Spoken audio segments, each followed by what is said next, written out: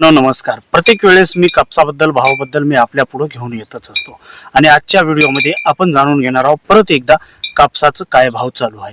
तर कापसाच्या भावामध्ये चढउतार होतच असते, परंतु आजच्या व्हिडिओमध्ये आपण हीच माहिती करून घेऊया की आजचं कापूसचा भाव काय आहे आणि खरोखरच कापसामध्ये काय चढउतार होतच असते ही तर सर्व शेतकऱ्यांना माहिती आहे. परंतु तुम्ही ज्यांच्याकडे कापूस आहे त्यांनी निश्चितच राहा, कारण कापसामध्ये सरासरी वाढण्याची शक्यता आहे असं महाराष्ट्र सरकारने सांगितलं आहे.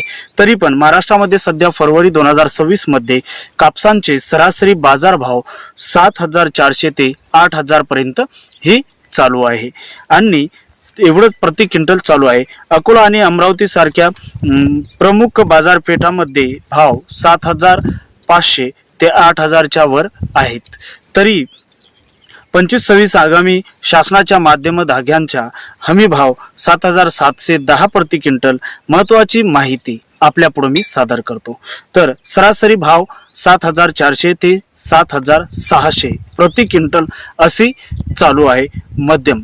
तरी उंचावळी भाव आता जे वाढणार आहे भाव आणि जे वाढीव चालू आहे ही भाव 8,000 ते 8,100 प्रति क्विंटल असे ही भाव शासनाने चालू केली आहे. तर मित्रांनो, आपल्याला पुढची हमी भाव ही मी थोडक्यामध्ये सांगतो.